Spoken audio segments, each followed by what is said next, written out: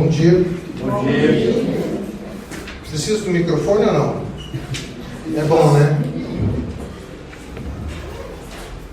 São óculos 10h28. Daqui uma hora a gente mais ou menos termina a pregação. Vocês estão rindo, né? Amém.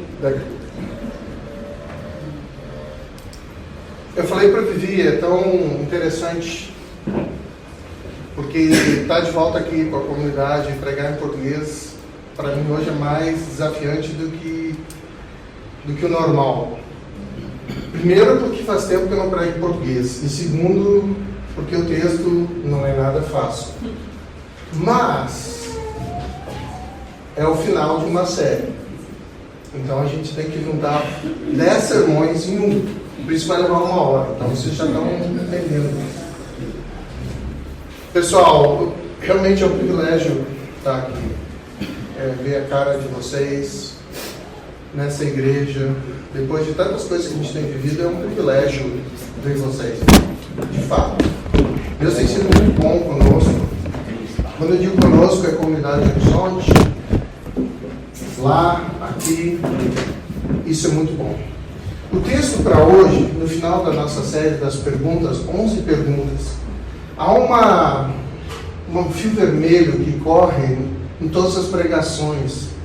Eu não escutei todas, eu escutei algumas, conversei com o Jeff, e isso me trouxe um desafio muito grande. Como juntar isso ao final, sendo que a pergunta que coube a mim tratar dentro do texto de Mateus 27:37 não é uma pergunta que Jesus faz para nós, é uma pergunta que ele faz para Deus. Então, tem um outro desafio. Nós não temos projetores. Se você não trouxe sua Bíblia, abra seu celular ou sua Bíblia, porque os bereanos eram mais nobres porque tinham conhecimento da palavra. Se vocês ficarem acostumados a sempre ter a palavra aqui e não lerem, vai se ficar muito para vocês. Então hoje vocês vão ter que ler muito e vão ter um monte de curiosidade, porque eu vou citar um monte de texto. E não vou falar onde eles estão. Vocês vão ter que achar eles. O texto é Mateus 27. Só que eu vou ler ele um pouquinho antes. Não vou ler no 47, eu vou ler um pouquinho antes, no início do texto, para a gente entender, poder entender um pouco do contexto. Estou chegando lá, versículo 45, nós vamos ler até os 50 só, tá? Não, desculpe, 50 é o final dos 50. Eu estou lendo na versão NVI. Só um momentinho, eu estou numa outra versão aqui. Vou lá errado de novo.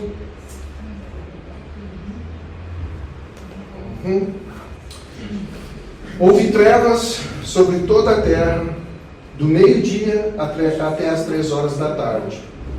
Por volta das 3 horas da tarde, Jesus bradou em alta voz: Eli, Eli, lema sabachthani, que significa: meu Deus, por que me abandonaste?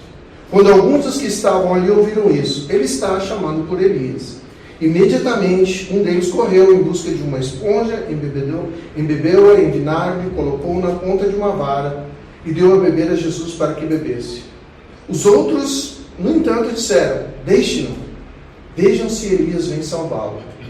Jesus, porém, bradando novamente em alta voz, entregou o Espírito.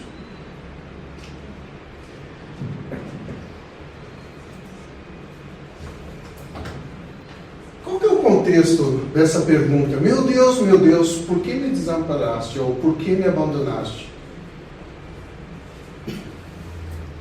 Seria muito simples, com o coração desconfiado e duvidoso, a gente olhar assim: Deus abandonou Jesus naquele momento tão difícil? É isso que Jesus está perguntando?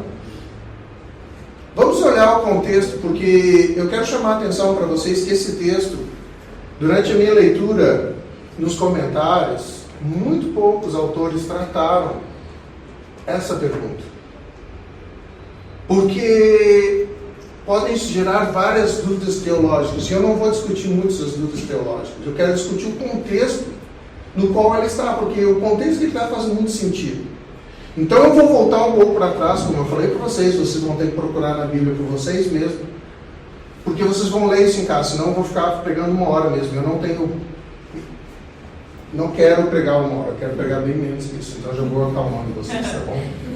Começa um pouco antes de Jesus mesmo chegar em Jerusalém. Se vocês olharem em Mateus 17, tem um momento que Jesus sai com 3 discípulos e acontece algo inesperado para os discípulos. Aparece quem com Jesus? Moisés e Elias. E lá eles ouvem, os discípulos ouvem, juntamente com Jesus, uma reafirmação daquilo que Jesus já tinha ouvido antes de começar seu ministério público lá em Mateus 3,17. Vocês lembram? Tu és meu filho amado, em quem eu tenho muito prazer. Ou em quem me compraste, depende da versão. Antes da tentação, no capítulo 4 de Mateus, das bem-aventuranças no 5, Jesus, antes de começar a sua trajetória nesse mundo duro, que ele sabia que haveria de acontecer nesses 3 anos de ministério, muitos queriam matá-lo, muitos queriam persegui-lo, muitos o odiariam. Jesus já sabia disso. Mesmo assim, Deus fala para ele: tu és meu filho e eu te amo. Na transfiguração, capítulo 17 de Mateus, novamente ele ouve a mesma afirmação. Nesses 2 momentos cruciais na vida de Jesus e no ministério dele, ele precisa uma reafirmação de Deus. Tu és meu filho amado, e em ti eu tenho prazer. Essa afirmação faz com que leve ele para Jerusalém. Vocês sabem o que aconteceu. Domingo de Palmas, Hosana, Hosana ao rei de Davi. Aí está vindo o Messias, o novo libertador de Israel. Jogaram palmas, entrou montado num jumentinho. É o rei que está chegando. Vocês sabem que logo depois disso o que acontece? O que acontece? Hã? Viu só? Eu falei que ia perguntar uma coisa para vocês.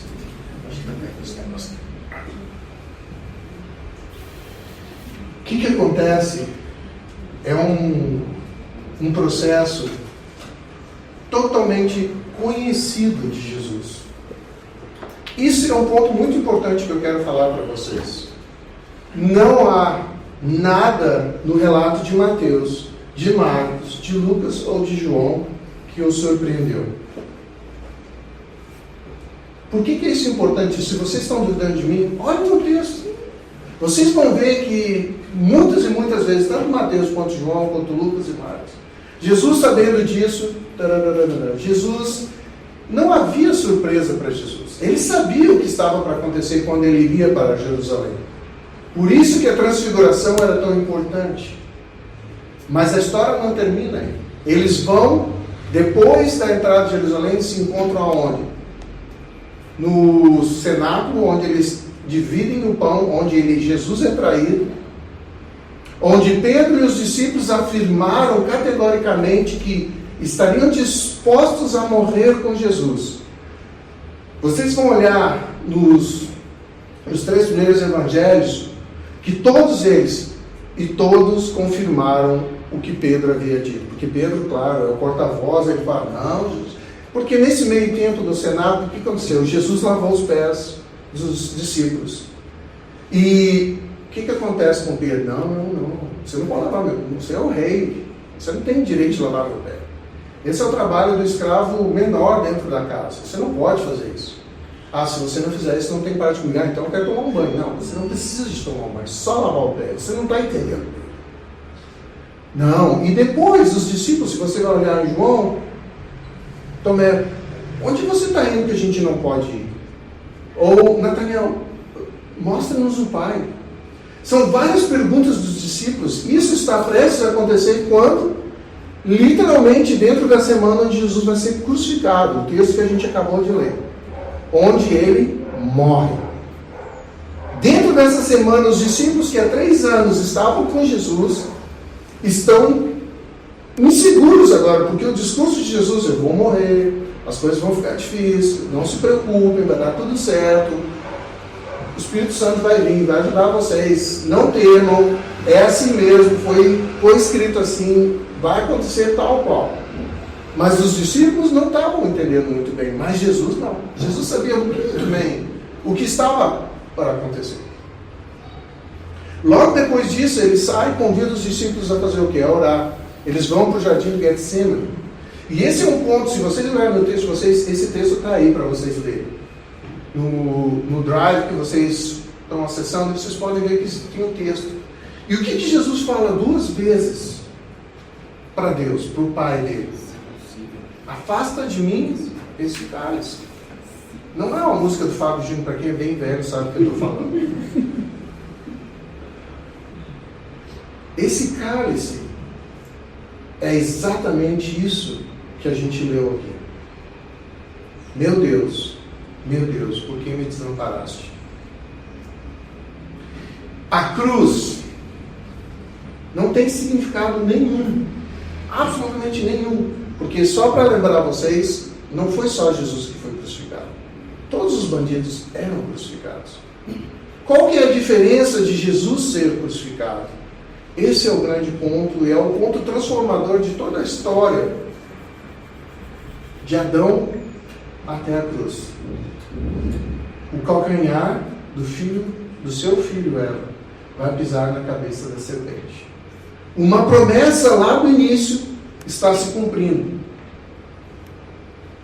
A expectativa, a esperança, os desejos, os planos dos discípulos, do povo, dos líderes religiosos, até mesmo do diabo, é que com a morte Jesus seria vencido. No caso dos discípulos, que ele seria um rei. No caso dos líderes religiosos, que ele seria esquecido. No caso do Pilatos, lavo minhas mãos, não estou nem aí. Não sei o que vai dar tudo isso. Várias e várias reações de Jesus e as pessoas, porque depois do Getsemane ele fala: afasta de mim, mas seja feita a tua vontade. Se vocês olham no Evangelho de João, vocês vão ver que o Evangelho todo, Jesus está falando, ele veio para quê? Para cumprir a vontade do Pai. A mensagem do Evangelho de João é centrada na cruz. Ele é o que dá todos os detalhes do cenário, onde eles estão lá na sala de cima, encontrando, fazendo a Santa Ceia, onde Jesus fala 2 capítulos sobre o habitar em Cristo, na videira, permanecer nele, sobre o Espírito Santo, o Consolador, a oração sacerdotal e então a crucificação. E Mateus ajuda os judeus a entenderem o cumprimento das promessas que haviam sido e das profecias que haviam sido feitas sobre Jesus. Desde as 30 moedas de prata no qual ele seria traído, até pequenos detalhes, porque na verdade, meu Deus, por que me desamparaste?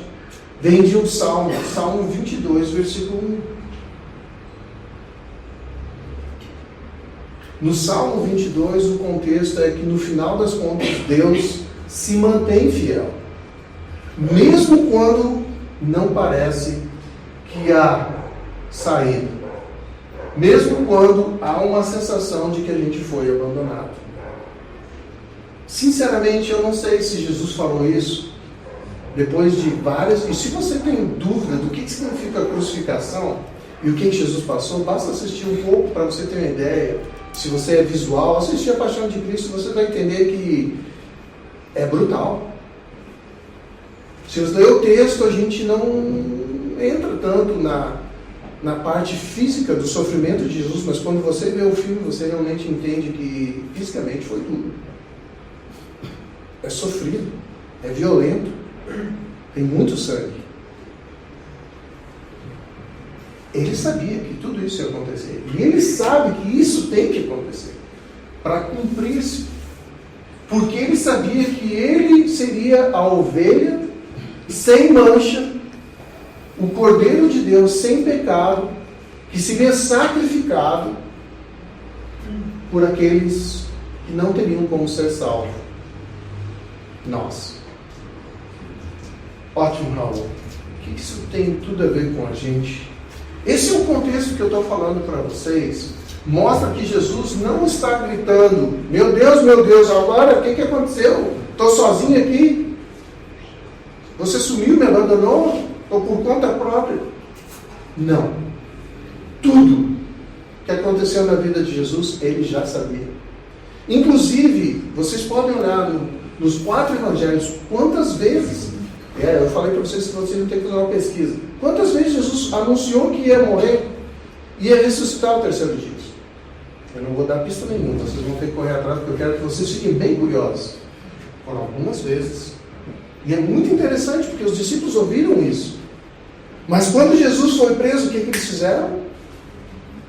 Cascaram fora, ninguém ficou. Pedro, inclusive, negou Jesus 3 vezes. Será que os discípulos não tinham entendido para que Jesus veio?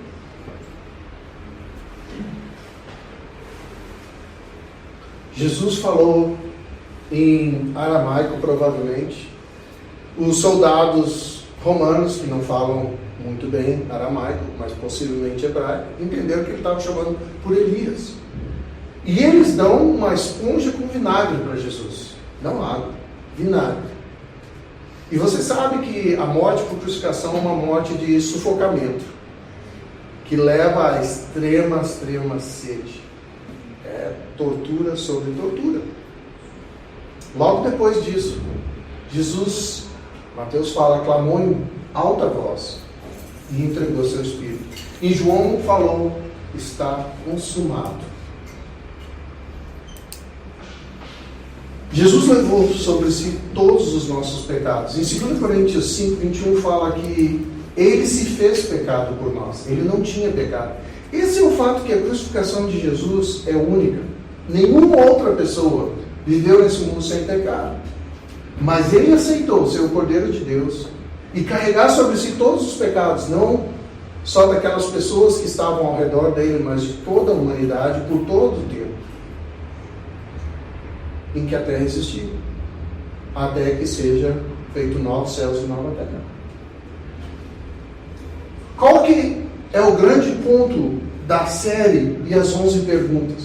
Se vocês olham as perguntas uma por uma, vocês vão ver que lá está: que recompensa vocês receberão?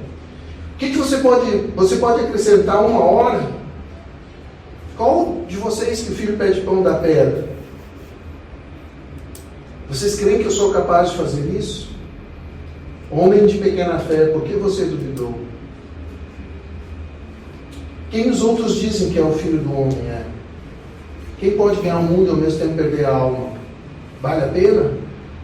Por que você me pergunta quem é bom? Há algum bom? O que você quer? Vocês nunca leram nas Escrituras. E hoje, meu Deus, por que me abandonaste?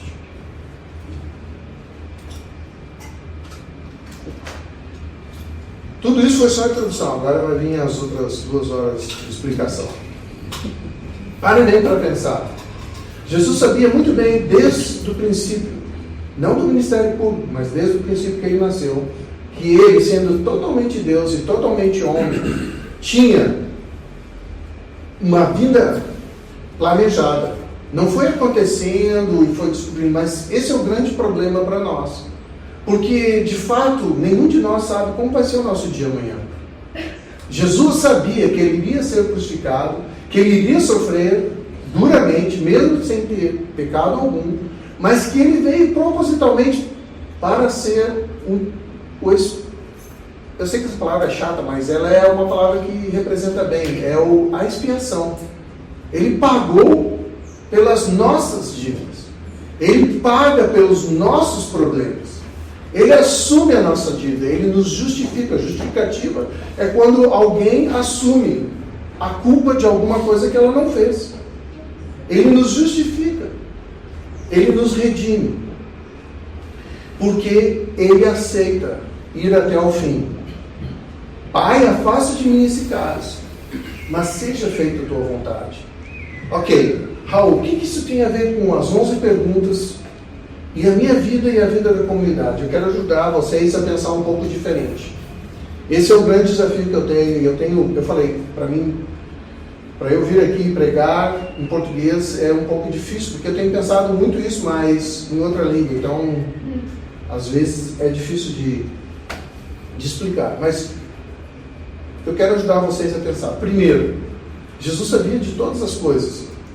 O sofrimento que ele ia passar não foi um desespero, que ele falou assim, ai meu Deus, está tudo dando errado aqui, me abandonou, vai ser o caos daqui para frente. Ele sabia de tudo. Ele repetiu um texto, junto com Marcos, do Salmo 22, para mostrar que no final, o que parece desespero, na verdade, não é. Agora vamos parar um pouquinho. Quero fazer uma pergunta pessoal para ti. O que você faz quando tudo dá errado com você? Ou algumas coisas dão errado com você? E você não sabe o que vai acontecer amanhã. O que você faz? Você parou para pensar nisso?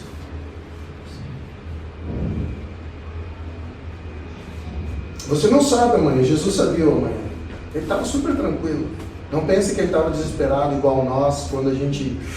E amanhã, como vai ser? Talvez não o amanhã físico, mas o amanhã futuro. Perspectivas. Nós somos iguais aos discípulos. Essa é a verdade. Os discípulos, depois de 3 anos andando com Jesus, ainda não tinham ideia do que iria acontecer com Jesus. Mas não porque eles não tinham ideia, porque Jesus não tinha avisado eles. É porque a preferência deles, os desejos deles e os planos deles, ou melhor, a agenda que eles tinham, era mais importante do que a agenda que Deus tinha. Você está duvidando disso?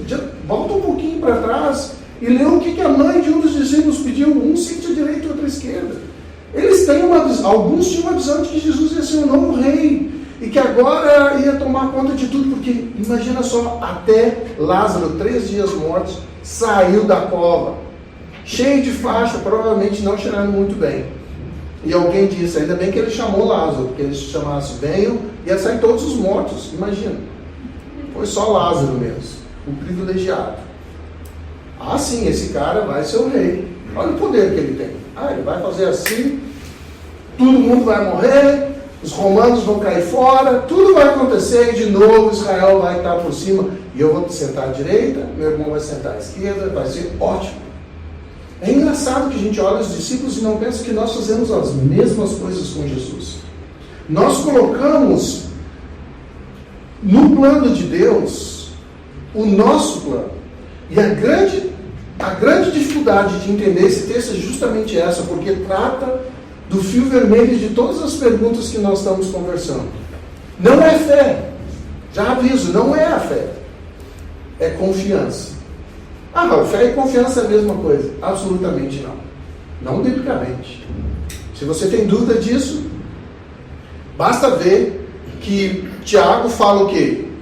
Os anjos das trevas, o que eles têm? Eles também reconhecem Jesus como Filho de Deus. Creem e tremem. Confiam em Jesus? Absolutamente não. Fé é dom de Deus. Confiar é um processo. Os discípulos tinham muitas expectativas a respeito de Jesus.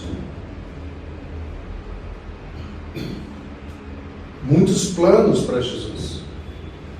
Mas eles não estavam perguntando quais eram os planos que Deus tinha para Jesus e para a vida deles. Se você tem dúvida, termine de ler o livro de João para você ver a conversa que Jesus teve com Pedro, depois de ter ressuscitado. A confiança é algo que é muito difícil para nós. Por quê? Porque nós aprendemos a confiar ou a desconfiar baseado em experiência. Confiança é algo experimentado. Se você foi traído pela pessoa ou por pessoas, se você foi machucado, abusado, ou que seja a palavra, mas que fez com que você parasse de confiar, acredite, É muito difícil restabelecer essa confiança. O problema do meu Deus, por que você me desamparaste? É que quando a gente olha a primeira pergunta, será que Deus abandonou Jesus? Que negócio é esse? Ele tinha que carregar os pecados do mundo.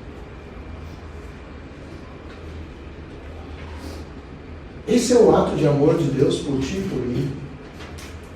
É Deus digno de confiança? Eu creio que sim. Porque Ele não poupou Jesus Cristo, seu único filho, para morrer por mim, por ti. Mas a pergunta que fica é: por que então a nossa resistência e realmente confiar?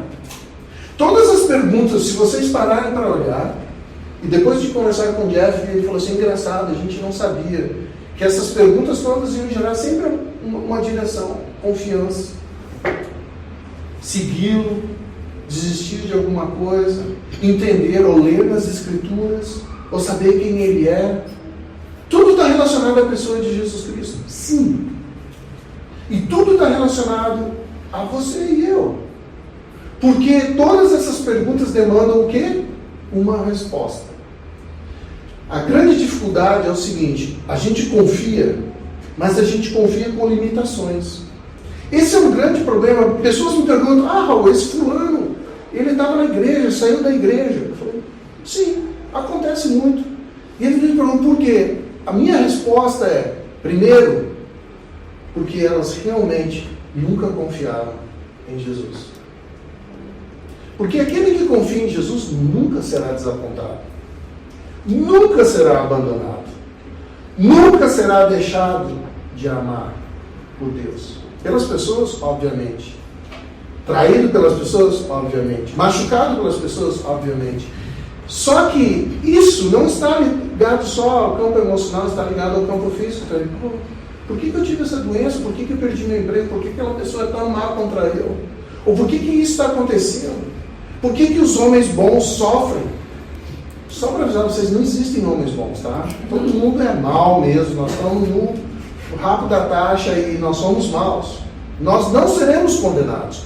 Estamos condenados, nós somos redimidos da condenação.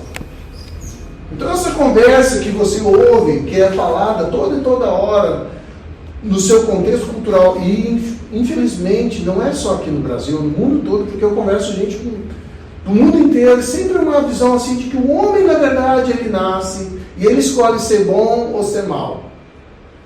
A má notícia é que você não escolhe ser mal, você já nasceu em pecado, você já nasceu longe de Deus, e sinto te informar, nós estamos condenados. Jesus não veio para nos condenar, Ele veio para nos redimir, nos salvar. João 3,17. Mas o problema é que muitas pessoas impõem condições para Deus na nossa confiança. Às vezes ela até realmente crê que Jesus é Senhor e Salvador, porém impõe condições. Senhor, eu gostaria de ter uma casa, eu gostaria de ter uma esposa, eu gostaria de ter filhos, eu gostaria de ter um bom emprego, eu gostaria de ter uma casa na praia, eu gostaria de ter uma casa na montanha, eu gostaria de ter um carro muito legal, eu gostaria de ter... Você entende? É como se você impusesse a sua agenda, os seus planos, assim como os discípulos impuseram para Jesus. Não, Jesus, não morre não. Arreda Satanás. Eu vim para isso. Mas nós, nessa luta de confiar, a gente realmente luta internamente. E eu estou falando isso por experiência própria. Não estou dando sermão em vocês, porque isso é o que Deus tem falado muito comigo. A minha batalha é reconhecer que, na verdade, até mesmo o sofrimento que eu passo, que Jesus estava passando na cruz, fazia parte do plano dele. Essa é a parte mais dura para o cristão. E entender no meio do sofrimento, da doença, da enfermidade. Eu estou olhando para o Zé Flávio. Glória a Deus, está aqui, meu irmão. Estava no hospital semana passada. Por que, Senhor, me abandonaste? Deus nunca abandonou. Quando A associação imediata que nós fazemos por causa da nossa confiança é: se eu confio, igual a tudo vai bem. Não é verdade? Quando na Bíblia está dizendo eu confio, o que acontecer comigo não vai mudar o final da história.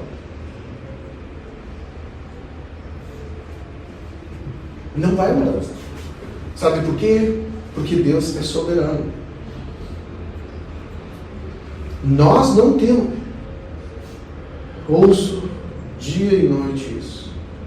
Que nós, de alguma forma, temos certo controle e capacidade sobre nossas vidas. E eu sempre desafio as pessoas que vêm conversando comigo e dizem: ok, então fala para o seu corpo não ter dor de cabeça. Porque você está reclamando que está com dor de cabeça, só diz assim: eu não vou ter dor de cabeça. Você consegue? Eu não consigo, eu tenho que tomar remédio. Eu não posso falar assim: fulano e fulano vai parar de encher meu saco e agora eles vão virar gente boa comigo. Eles não mudam. Às vezes pior.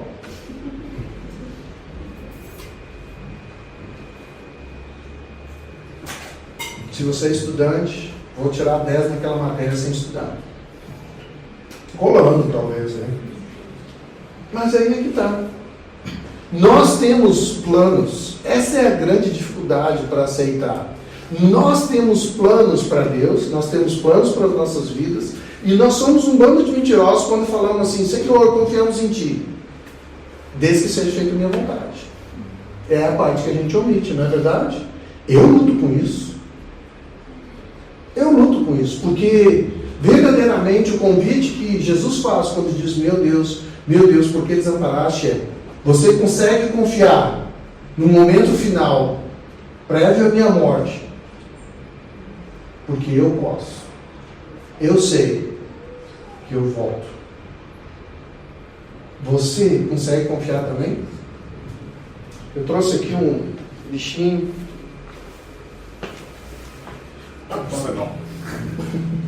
Não posso na frente da caçula. É parecido comigo, né?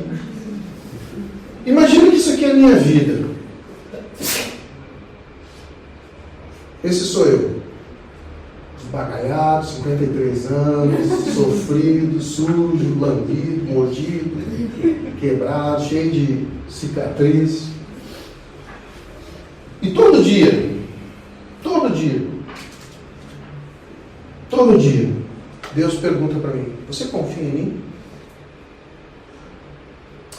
Tem duas respostas que nós damos verdadeiramente.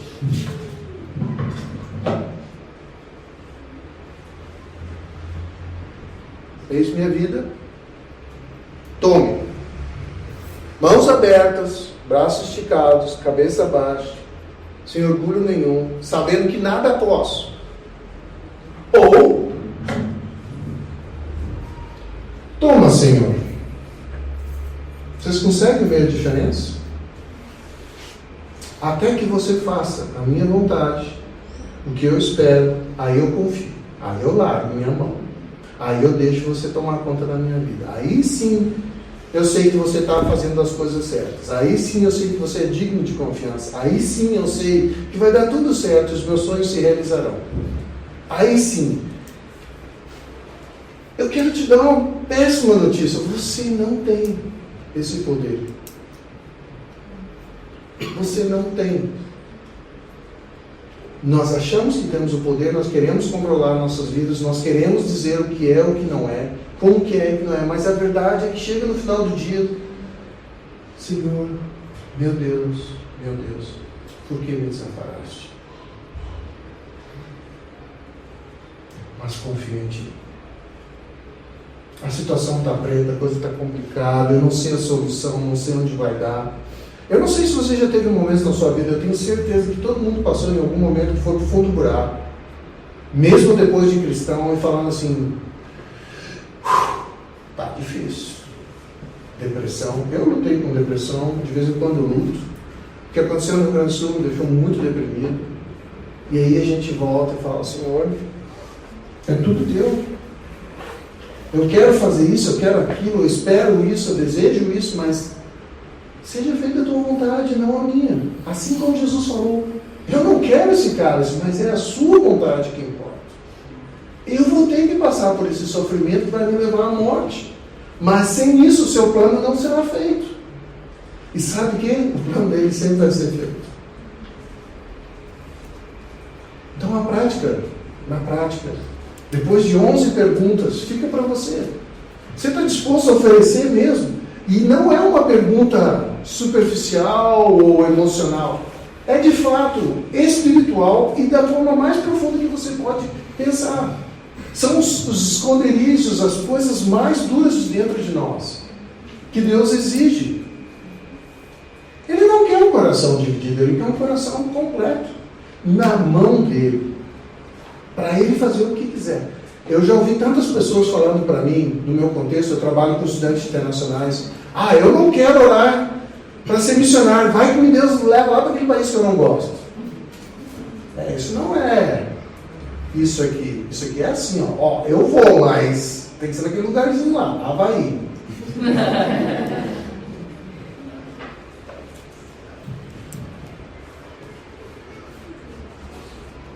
Como é difícil confiar. Muitas pessoas leem esse texto, meu Deus, porque me desamparaste, e pensam, olha só, até mesmo Jesus foi abandonado. Que Deus é esse? Como que eu vou confiar nesse Deus? Eu te afirmo de novo, o contexto não diz isso, o contexto diz o contrário disso. O contexto mostra claramente que Jesus sabia o que viria, e Ele mesmo aceitou isso. Ele mesmo fez isso. Por quê? Porque Ele sabia que não há condições da gente ser salvo pelo nosso próprio esforço. Nenhum de nós merece. Mas a única forma de ser salvo é fé. E então confiar. Confiança é uma caminhada. Confiança é uma jornada. Ela é aprendida. Ela vai aumentando, às vezes vai diminuindo. Mas exige uma coisa. Entrega. Entrega. Afasta de mim esse cálice, mas seja feita a tua vontade. Seja feita a tua vontade sempre, Senhor. Gostando eu ou não. Achando bom ou não. Sofrendo ou não. Eu estava conversando com uma pessoa 2 dias atrás e eu falei para ela que eu encontrei alguns irmãos de um país onde eles são perseguidos por serem cristãos e eles oram verdadeiramente para que os cristãos dos Estados Unidos sejam perseguidos. E vocês estão pensando, por quê? A resposta é muito simples, porque é uma resposta muito bíblica para purificar os cristãos nos Estados Unidos. É muito fácil ser cristão aqui no Brasil, nos Estados Unidos, porque você não perde mãe, não perde herança, não perde filho, você não está ameaçado de morte, você, talvez, seus pais vão ficar até felizes porque parou de fumar maconha, parou de fazer bagunça e agora está estudando de novo, quem sabe vai virar alguém na vida, né? No meu contexto, os caras, quando se tornam cristãos, é sentença de morte. E não pensa que alguns não morreram, porque alguns morreram. Eu conheço pessoalmente uma das pessoas que chegou a Cristo que teve que fugir do seu país, está de volta nos Estados Unidos por causa disso. E sabe o que ele me falou? Ele falou assim, olha, a única coisa que eu peço para Deus, eu não vou parar de evangelizar, porque eles pediram para parar de evangelizar. Eu falei, não vou parar, porque é o que Deus pediu de mim. Mas eu não quero ficar preso. Porque preso é sofrimento. Prefiro ir para lá e eles me matarem de uma vez e pronto. Aí eu vou para o céu e acabou. Mas ficar sofrendo eu não quero. Eu falei, bom, você também não tem esse poder de decidir. Entrega e deixa Deus decidir. Se você ficar preso, Deus vai te dar forças para aguentar isso. E é interessante porque quando a gente passa por doenças, vocês são jovens, mas com certeza tem muita gente na família de vocês lutando com doenças terminais, gente próxima, amigos. Infelizmente, até agora, pessoas jovens estão lutando com isso, né? Primeira coisa, tão jovem para morrer, né? Não, tão isso, tão aquilo. Vocês não estão se dando conta que realmente a finitude do ser humano não está sob nosso controle? A gente ouve repetidamente que sim, está tudo debaixo do nosso controle. Não está, gente. Nós não somos Deus, nós não somos semideuses, nós não somos nada com poder, nós somos simplesmente criaturas criadas por Deus, à imagem de Deus, amada por aquele que enviou o seu próprio Filho para morrer por nós. Mas isso exige fé e exige confiança. Muitas vezes, e muitos de vocês, eu creio, que já confessaram que Jesus foi Senhor e Salvador da sua vida. Isso aí, você conscientemente reconhece que você é pecador e que você quer segui-lo como discípulo. A grande luta daqueles que fizeram essa confissão, daqueles que não fizeram, vão para entender, é que isso significa confiar. Confiar é abrir a mão. Eu quero te convidar a curvar a sua cabeça e ter um tempo pessoal de oração agora. Do que você tem medo que aconteça contigo? E se acontecer isso contigo, você vai continuar confiando em Deus? Você conseguiria confiar nesse Deus? Ou duvidaria que Ele é bom, duvidaria que Ele te ama, duvidaria que Ele está com você? Porque essa é a pergunta que nós lutamos.